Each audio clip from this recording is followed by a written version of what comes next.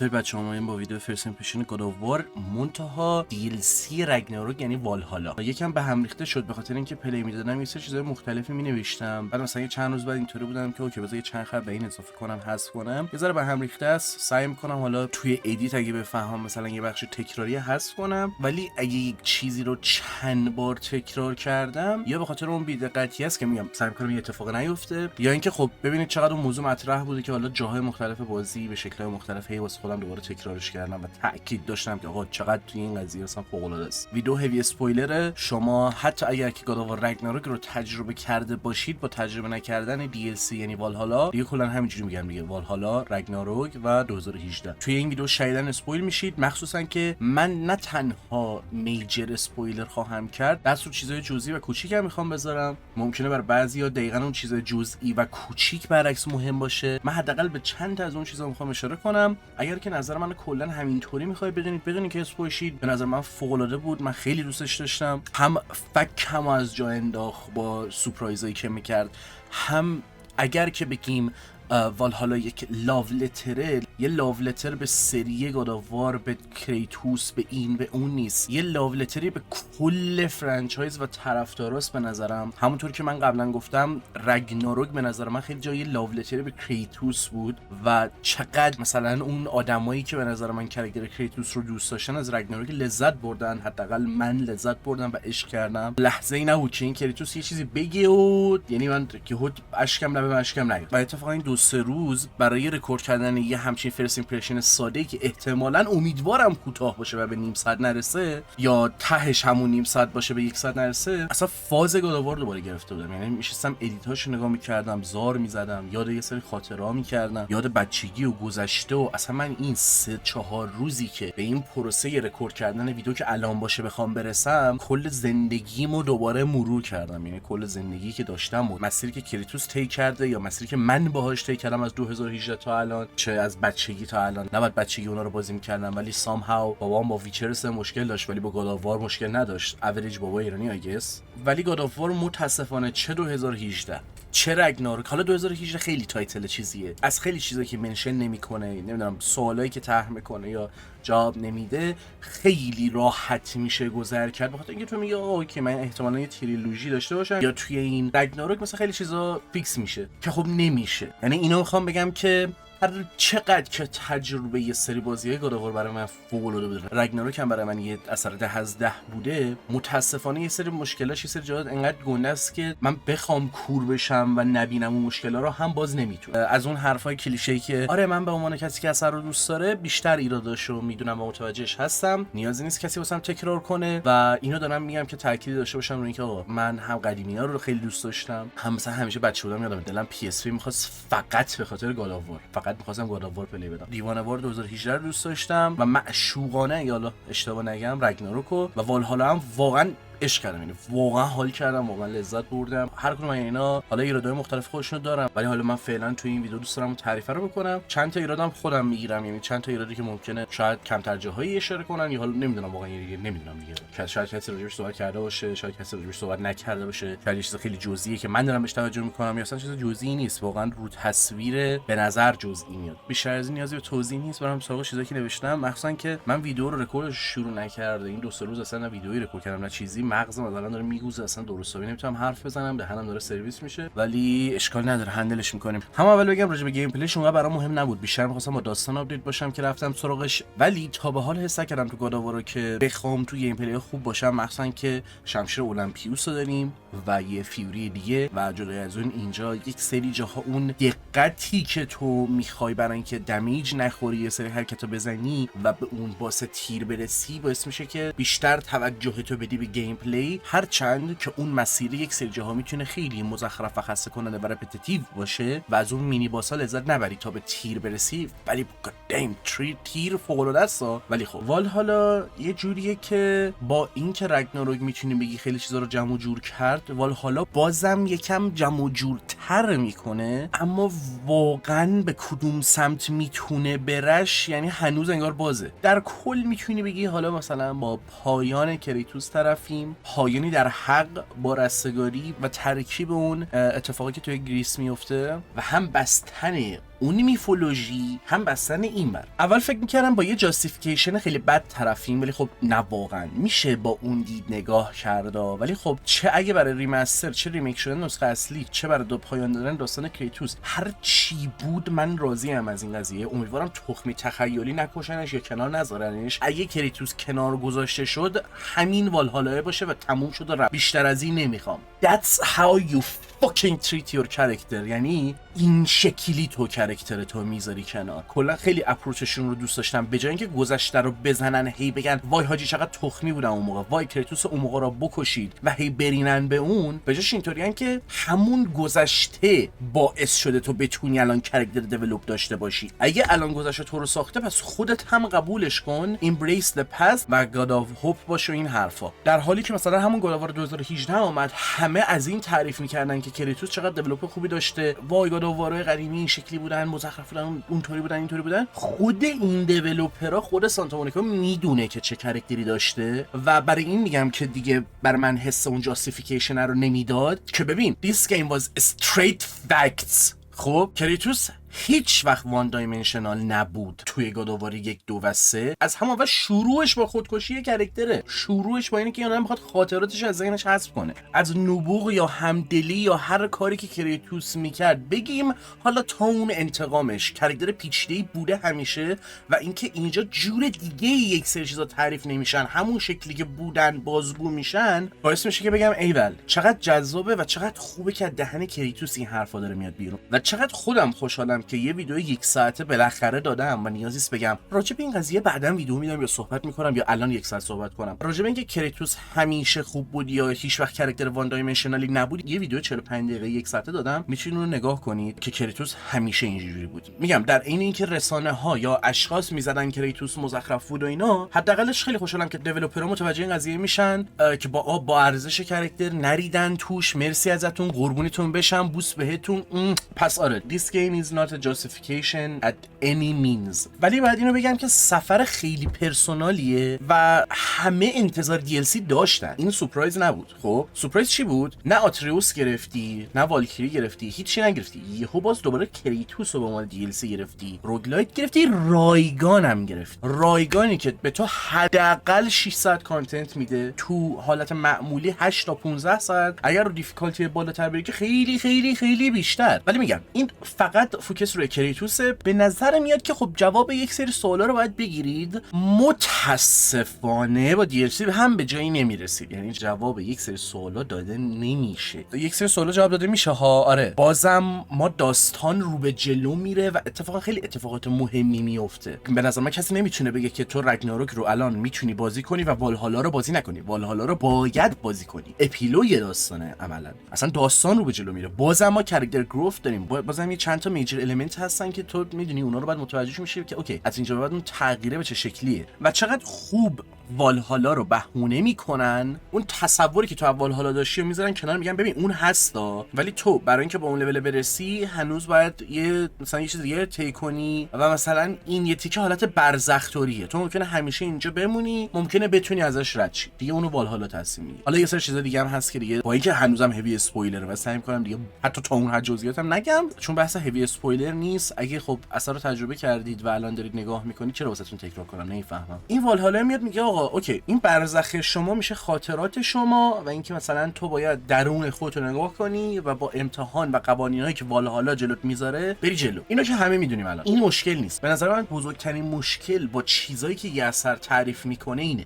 الان مثلا میگم والهالا با خودش مشکل میاره. وقتی تو یه چیز جدیدی تعریف میکنی یا یه چیزی قبلا نشون دادی، اینا رو نباید کامل ایگنور کنی، باید حواست باشه که اینا درست سر جاش استفاده کنی. حتی در حد 2 خط دیالوگ شده. چون صحبتایی که کریتوس و تیر با هم میکنن یک سری جاها فیکسه. مثلا این سری چیزا که بهتون نشون نمیدن یا مثلا دنبال منطقش میگردی، اینا تو یه خط میگن و تو میگه حله. خب همون یه خطم کافیه، بیشتر از اون نیازی سال نمیخواد عمق بهش بدی حتما، ولی همون یه خطه حتی بعضن توی اون کافیه نیست، توی اون نیازه است. یعنی تو دیگه باید اون یه خط من بدی. الان بزرگترین مشکل من چیه؟ میگم آقا به واسطه خاطره هایی که گذاشتی اونجا، خب الان کریتوس راجع به یک سری خاطره ها حس گناه نداره یا قراره بعدن نشون بدید یا نمیفهمم what the fuck میدونی یک سری چیزایی رو نشون میده اونجا که مثلا حس گناه داره کریتوس نسبت بهشون که باعث شده توی والهالا با خودش بیاره اونا رو، که تو اینجوریه که برادر تو خیلی کارهای وحشتناک تری کردی که اونا رو الان با خودت کنار بیا و راجبشون صحبت کن. چون منی که اون موقع مثلا گالووار چه میدونم 1-2 بازی کردم، همون موقع هم تا یه حدی اوکی بودم با این کاری که کردی و مثلا میگم سر یک کرکتر مثل هرکول حدودی یادمه که به اون کرکتر مثلا یه فرصت میده آقا بکش کنار، من نمیخوام با تو درکشم، من نمیخوام با تو فایت بدم. توی گاد آف وار 3 که دیگه کریتوس اوج دیوونگیش بود بازم به این فرصت رو به هرکول میداد. پس الان تو واسه اون مثلا نیازی نیست حس گناهی داشته باشی. خودت هم که میگه اون آدم هم حسودی بود، هم آدم بدی بود، هم نبودنش بهتر. پس میگیم قبول که زیاد به خاطراتش اشاره نشه یا مثلا جلوی من نیاد باهام درگیر نشه، ولی یه سری چیزا تو گاد آف وار هست که میگم الان میدونی، یعنی حتی اشاره هم قرار نیست بکنی. ببین من حتی این قضیه رو تا حدی جلو میبرم که به نظرم مثلا کریتوس حتی نسبت به نبود وجودش و اینکه چطور ایمپکتی میتونسته رو آتروس داشته باشه هم نمیگم بعد حس گناهی میداشته، ولی مثلا میتونستن تو این والهالا جا بدن و مثلا در حد 1-2 خط بهش اشاره بشه، خیلی بیشتر میتونست کلا دیالوگ داشته باشه. و من حتی اینجوری هم که کاش این DLC $10-15 بود. ببین فوق العاده است که رایگانا، ولی $10-15 بود و به جاش تو خیلی این DLC رو بزرگترش می‌کردی، اکسپندش می‌کردی، همه بیشتر عشق می‌کردن. چون من دارم الان به این قضیه این شکلی دارم فکر می‌کنم. من دارم میگم که اوکی اگه تو همچین کانتنتی به من رایگان دادی، چند برابرش کنی، حداقل حالا بیا مثلا $10-15 ازم بگیر که تازه بازم فوق العاده است. چون برای همین کانتنتی که الان داده همه با $20 $25 مثلا میدیدی اوکی، یعنی حالا من میگم اگه $10-15 هم بود باز همه حتی تشویق می‌کردن که بابا ایول چقدر خوبه این پرایسش مثلا، که حالا رایگان داده که اصلا دیگه جای خود دارد، ولی خب دیگه ایراد دیگه رایگان میخواد باشه یا نباشه چه فرقی میکنه. هرچند آره خب تاثیر میذاره. اگه تو با این DLC از من $70 میگرفتی من نگفتم 10 از 10، من میگفتم آشغاله مشخصا. ببینی دیگه نکته ریز دیگه هست، اینا رو آخرش نوشته بودم مثلا یه سری حالا این چیز منفی بعضیاش به ذهنم رسیده بود گذاشتم اول که اولین چیز منفی بگم بعد فقط با عشق تعریف کنم دیگه آجی. یه نکته ریز که آقا این تم وی ماست بی بتر آیم سو نایس اینا دیگه امیدوارم با والهالا تموم شه به نظرم و ادامه دادن دوباره تو همین بخش موندن به صورت بد یکم همیشه رو خراب میکنه. چرا؟ چون یک سری جا بده به نظرم توی والهالا. خب یعنی حتی چند بار نوشتم این قضیه رو که نویسندگی یک سری جاها سطحی بود زیاد از حد یا خیلی بد کریتوس رو نایس گای میکرد یا اوت آف کاراکتر حتی، و تو همون 2018 یا رگناروک بهتر هندل میکنه همین قضیه رو. اینجا یکم چیز بود، یعنی مثلا تو میبینی که چطور یه سری جاها کریتوس کریپتیک یا خیلی ساده و جمع و جور حرفاشو میزنه و مثلا اینجا 2 دقیقه داره با خودش صحبت میکنه، اونم مثلا تو یک لولی که من اون لحظه فوق العاده دوستش داشتم، خیلی اصلا عشق کردم، اشکم گرفت، اون لحظه فوق العاده بود. ولی اون حس اوت اف کاراکتر رو همون موقع میتونستم بگیرم که مثلا اوکی کریتوس یه جور دیگه شاید صحبت کنه، یه جور دیگه میگه، ولی خب اوکی. هر چند در رابطه با همون رگناروک هم تو میتونستی بگی نویسندگی اونقدر خوب نبود و اینقدر بقیه چیزا خوبه که نویسندگی هم خوب به نظر میاد، ولی خب من دوست داشتم و عشق کردم، به من خیلی چسبید که ایراداشم فهمیدم ولی فکر کنم اون موقع هم همینو گفتم اگه تغییر این نویسندگی تو رگناروک یا مثلا مسیر متفاوتی رو گرفتن تو رگناروک میخواست اون حسی که من گرفتم رو ازم بگیره، نمیخواستم هم چیزی رو. اینقدر من از رگناروک لذت بردم و حس خوبی گرفتم، ولی مثلا برای والهالا با تغییر یک سری پیسینگا یا نویسندگی یا دیالوگا به نظرم حتی حس بهتری میتونست بده و هوشمندانه کنه. هدفشو نمیخواست عوض کنه ها، اصلا دقیقاً همون کاری که میخوای بکنی یا بکن، یکم بهتر میتونستن برسونن یا دیالوگا رو بهتر جا بدن به نظرم. مثلا میگم سر هلیوس به نظر من یه چیز بامزه‌ای که داشت و خب مثلا من اینو دوست داشتم، این به نظر من هوشمندانه بود و این باحال بود، اینه که آقا چقدر زر میزد، چقدر بچین میکرد، بعضن تو مخ بود. ولی خب توجه کنیم که اگر هلیوس رفلکشن آف ماینده اصلا وجود نداره، تموم شد و رفت، والهالا بهش نشون میده یا تو ذهن کریتوسه که 2 تا اتفاق میفته. کریتوس اصلا خودش میگه با اینکه من میدونم تو یک رفلکشن آف مایندی فلانی، ولی مرگی که به تو دادم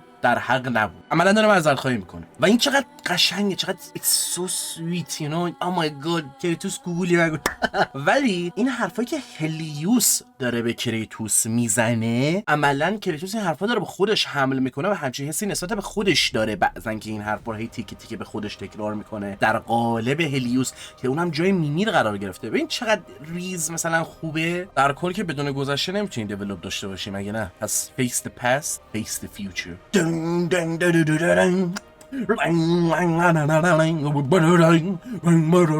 و اینکه یه سری جا محدودیت داشتن یا هر چی بوده کلا به نظرم باعث میشد یه سری جا هوشمندانه عمل کنن، اما در این حال یک سری جاها به نظر همون قضیه چیزا رو بالانس در میورد. مثلا میگم یه جایی متوجه میشید که اوکی اونقدر برایتی در کار نیست، صرفا این مناطق همش همونه، نوعی که حالا اینا رو جلوی من میندازه مثلا به ترتیبش ممکنه عوض بشه، اون مینی باسی که قراره بهم بده عوض بشه، ولی چطوری اون کانتنت رو یه مقدار واسه من بیشتر میکنه. بخش آخر شما میرید توی اون یونان دیگه میاد تایم لیمیت میده به بخش گریس که باعث میشد بازی بگه اوکی حالا که من لول زیاد نداشتم بجاش این بخش هرچی بیشتر لفت بدی سخت‌تر میشه، دیفیکالتی مثلا زیاد میشه این حرفا، و همینطوری میتونی ول به چرخی انمی‌های مختلف از همینجا پیک کنی با دیفیکالتی که هی داره به مرور زمان بیشتر میشه. و از یه جایی به بعد که تو وارد والهالا میشی ران تو استارت میزنی میاد مثلا درای مینی باسا رو مستقیم میذاره جلوت، مثلا والهالا چوزن وان اونا رو میزنی، اگه مستقیم اونو برداری مستقیم میری تو بخش گریس، بعد گریس رو باید بزنی و مستقیم میری تو باس، باعث میشه خب تو چیزای کمتری به دست میاری، بازی سخت‌تر میشه. کلا میتونی یه ذره این تجربه خودتو اپتیمایز کنی که بگی اوکی حالا یه جوری در میارم، ولی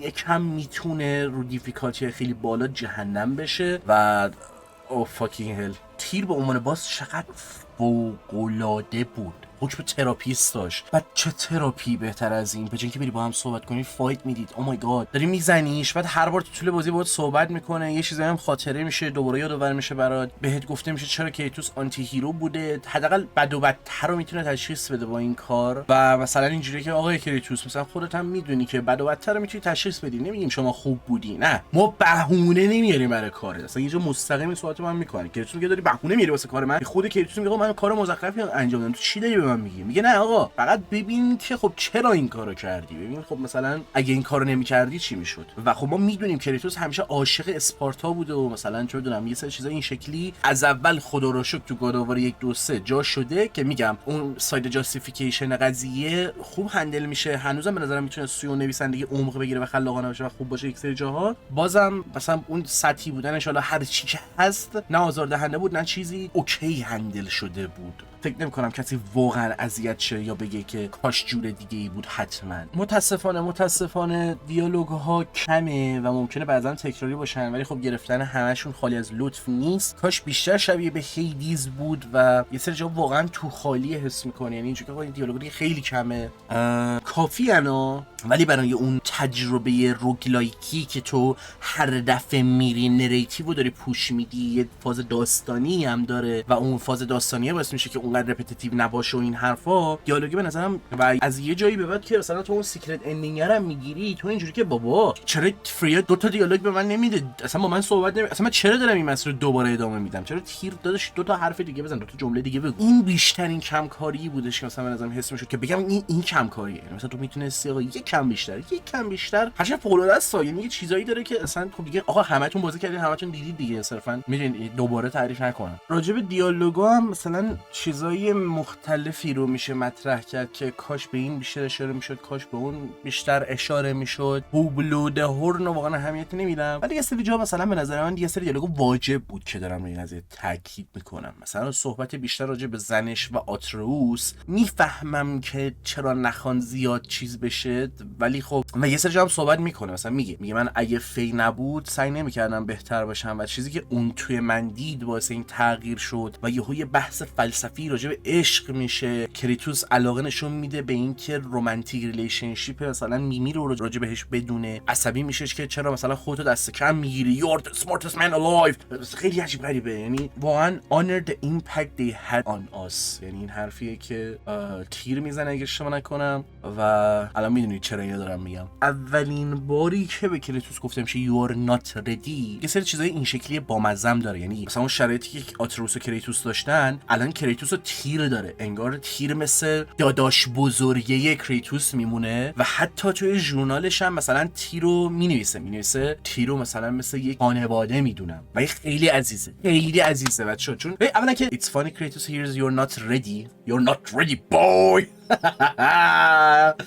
get fucked کریتوس. حالا حس آتروس رو درک میکنی یا نه پسر جان؟ ولی به خاطر این میگم خیلی عزیزه که ببینید کریتوس یکی از بزرگترین اصلا تیر فوق العاده است به عنوان باز، یک گاداوار توجه کنید یک گاداوار که خلاف هر چیزی بوده که ایریس بوده یا خود کریتوس تصور میکنه از تایتل گاداوار و ترون داشتن و بازی میکنه با اینکه آقا مفهوم ترون، مفهوم کلمه گاداوار چرا حتما میتونه چیز بدی نباشه. آقا منو نگاه کن، تو خود منو نگاه کن، من تراپیست و واقعا من تیر رو خیلی دوست داشتم. یعنی من یه سری ویدیوهایی میخوام درست کنم، چیزای کوچیکی که دوست دارم. چند تا ویدیو شورت اینجوری اصلا من گذاشتم، چیز میزهایی که از این منور دوست دارم. حالا میتونه کوچیک باشه، میتونه بزرگ باشه، میتونه خیلی تو تصویر باشه، میتونه خیلی مخفی باشه. اشاره میکنم به سه چیزی که دوست داشتم و یکیش قطعا همین تیره که چقدر خوب برای اینکه باس رپتیتیو نشه میان چند تا وپن بهش میدن. جدا از اینکه چند تا وپن بهش میدن، اون وپنا داره اینو بهتون نشون میده که اوکی این آدم تو کدوم سرزمین رفته، چیا یاد گرفته. همون اولین چیزی که اصلا با تو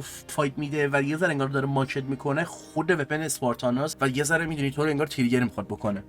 تیر واقعا جاستیس، یعنی والهالا اون عدالتی که کاراکتر تیر میخواسته رو بهش میده و بعد از اومدن دی ال سی والهالا اینجوری هم که الان نمیتونم والهالا رو تصور نکنم. انقدر به نظر من کاراکتر تیر رو خوب نشون میده که آقا این آدم چقدر قویه. خب و تو میری تو ژورنال مثلا کریتوس میخونی که آره تیر یکی از قوی ترین خدایانیه که مثلا باهاش جنگیدم، جوری که وقتی باهاش میجنگیدم حس میکردم دارم بهتر میشم، میدونی؟ و این خیلی حرفها، ولی حالا اینکه توی گیم پلی اون حس نمیشه دیگه به خاطر اون کور گیم گاداوار جدیداست و اون شکل گیم پلی که داره بای دیزاین نمیتونه مثلا شاید اون عظمتی که حالا باید نشون بده. نمیدونم، هرچند به نظرم خیلی چیزا تاثیر دارن. مثلا تور خیلی پرقدرت تر خودشو نشون میداد تا اودین یا تیر حتی، ولی خب میدونی یعنی از اون مشکل ریزیه که متاسفانه این گاداوار 2018 رگناروک دارن سر باسا، حالا باس فراموش نشدنی و باس فراموش شدنی و چه بدونم یه سری جا مثلا متوجه نمیشه که واقعا با چی طرفی و سخت ترین چیزایی که باهاشون طرف میشی هر چقدر سختن باز یهو مثلا میبینی اصلا یادت میره. حالا سعی میکنم جلوتر یکم راجعش صحبت کنم چون فکر کنم نوشتم، اگه ننوشته باشم سعی میکنم دیگه اونقدر روش دست نذارم، یعنی بره واسه ویدیو دیگه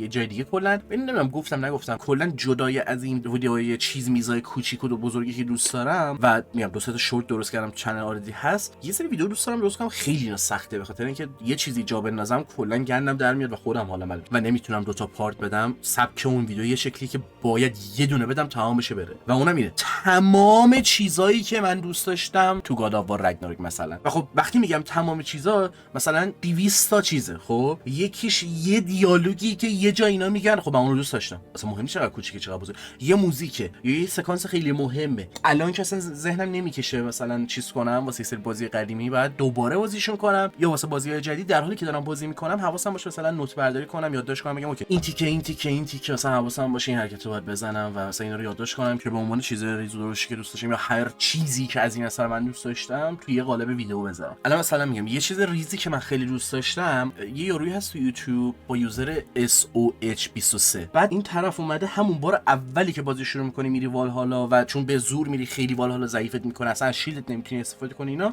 یه دور اونجوری تا تهش رفته خب و تو حس میکنی به خاطر کاراکتری که کریتوس داره شاید پلیر نتونه اینو انجام بده ها، ولی تو میتونی تصور کنی که ای چقدر این باحاله که مثلا این شکلی تصور کنم از نظر کنن مثلا کریتوس تا اون نقطه اوج رفته که دیگه والهالا دوباره برگردوندتش عقب نمرده و حتی ترانزیشن خیلی بهتری هم میشه. یعنی چون بار اولی که شما تا اون تهش میرید، چه بار اول بمیرید چه بار دوم بمیرید هر شکلی بمیرید، چون اینجور تصور میکنم یادتون نیست دارم تکرار میکنم، ولی اون بار اولی که شما حالا در هر صورت باید بمیرید به کنار، شما تا وقتی به اون ترون نرسید از نظر کنن تو کاری انجام ندید مثلا جلو نرفتید، ولی وقتی به ترونه میرسید و ترانزیشن میخوره به فریا که دارن مثلا تو رو هول میدن دوباره به سمت والهالا، از خیلی ترانزیشن بهتره، خیلی خفنه، خیلی خوبه و چقدر بد که دیولپرها در نظر نگرفتن یه نفر ممکنه تو توی اون حالت بازیو بری، یعنی اون بار اول مثلا فکر نمی‌کردن هیچ کسی واقعا بتونه بره و هیچ دیالوگی خاصی نذاشتن، یعنی فکر هیچ چیو تریگر نمیکنه تا اونجا که من دیدم و پیگیر شدم توسط خود یوتیوبره و به نظرم میدونید سانتا مونیکا باید این تصور رو بتونه داشته باشه که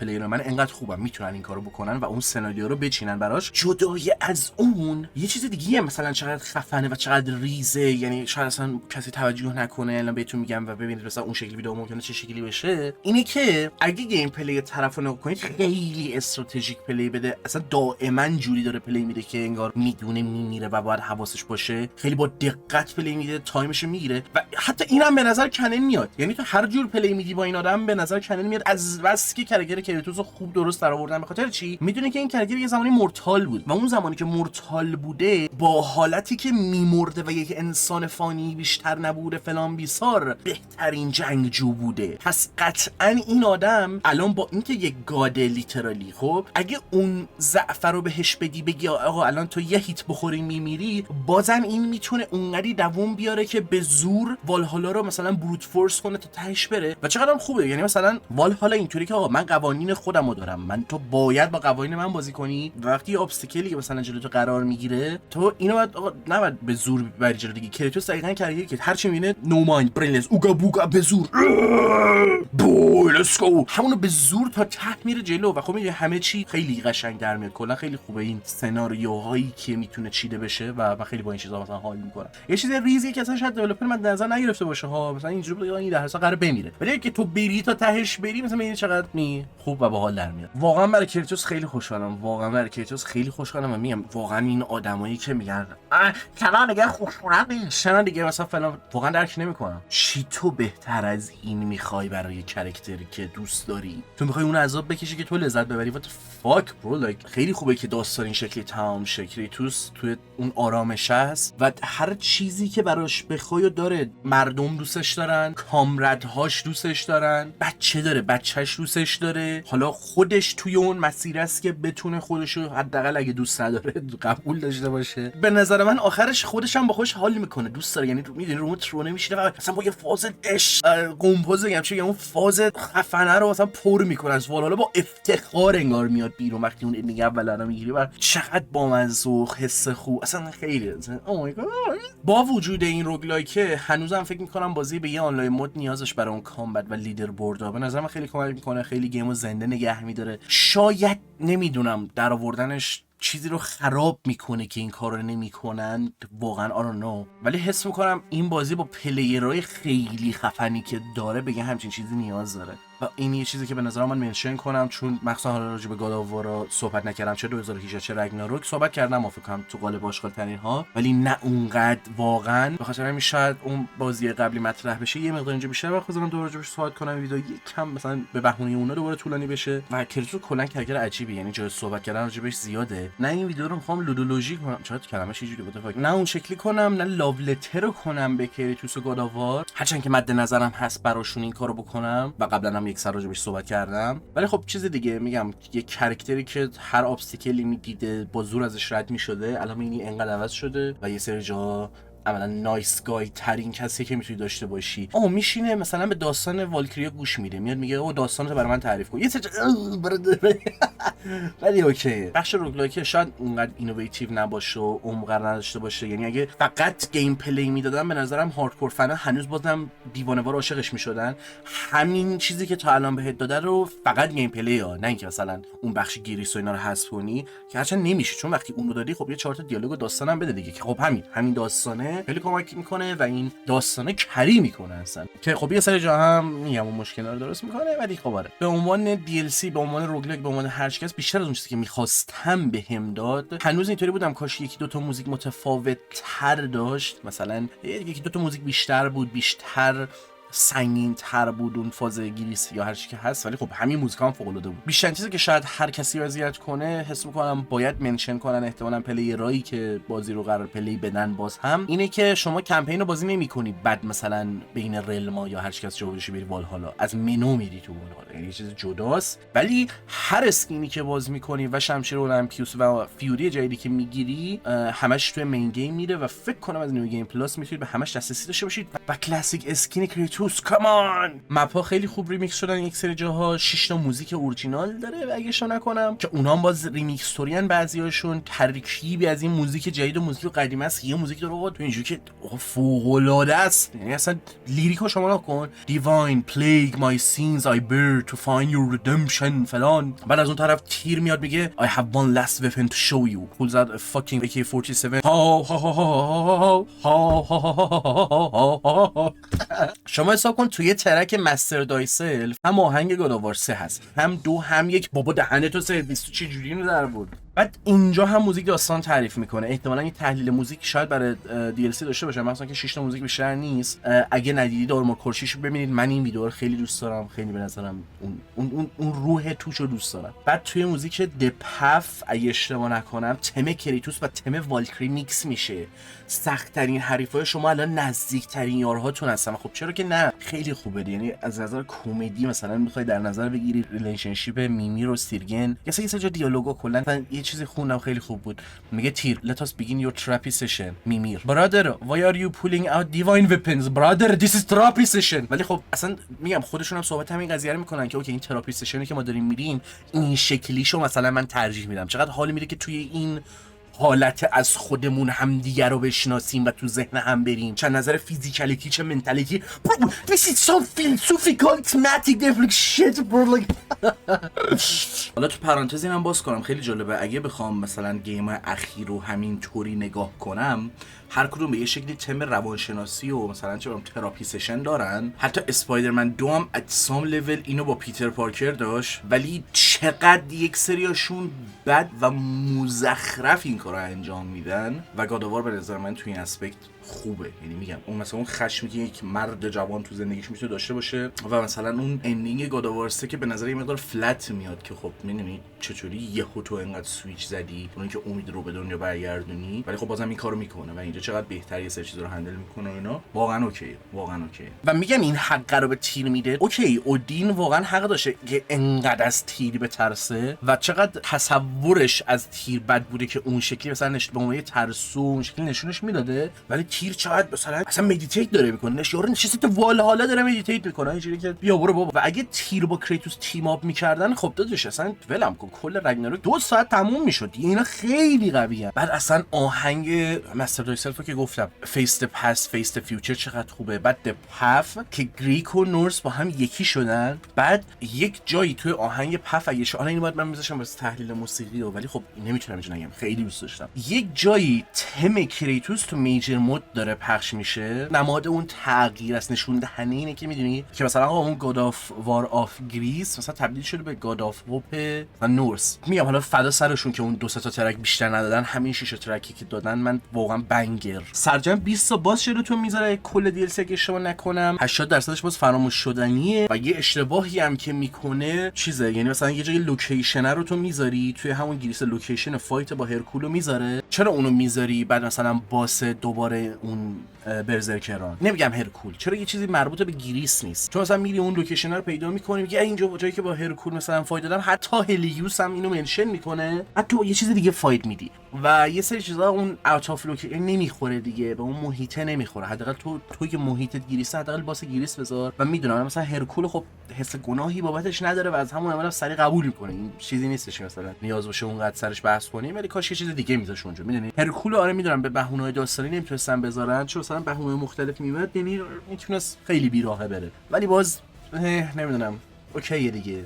و بازم دوباره تاکید میکنم چقدر خفنی تراپی سشن رو میبره جلو. مارول باید یاد بگیره که آقا به جای اینکه وسط فایت هیچ اتفاقی نیفته یهو میشینن مثلا آقا وسط فایت اصلا پیسینگ با اینکه اون مسیره یه سری جاها بده، ولی اون نوعی که حالا روایت میکنم از من یه سری خیلی وسط فایت اینا دارن با هم صحبت میکنن، هم مرور خاطرات میکنن. بعد مثلا کریتوس وسط فایت دیگه داره داد میزنه خاطراتش میگه، داری فایت میدی بعد اینجوری که آره من اون موقع این اشتباه کردم این کارو کردم، بعد خود تیم میاد دوباره فایت میدی بعد میزنیش بعد میگه well done brother see you around. اون کامبت کور بازی که خب خوبه، یه ذره ورایتی بیشتر هم به تو میده با میدونی وپن جدید و این حرفا، ولی اولش یکم واقعا حقیقتا بهم حال نداد. مخصوصا اگه دی ال سی که گذاشتم ببینید، اصلا اولش شکلی که بازی کردم من مایندست پلی دادن گاد آف وار رو نداشتم. بعدن باز دوباره نشستم بازی عشق کردم، ولی خب اصلا اولش کمبو مومبو هیچی یادم نمیاد و خب یه ذره میتونه اذیتتون کنه. حس میکنم اگه اصلا از بازی فاصله اینو حس کنم بعد تاکید میکردم که اصلا چرا دارم اینو میگم، این ویدیو قرار واسه کسایی باشه که تجربه کردن، ولی خب بعضی موقع این سوتیا رو میگم. ولی آره اون اذیت میکنه دیگه. مثلا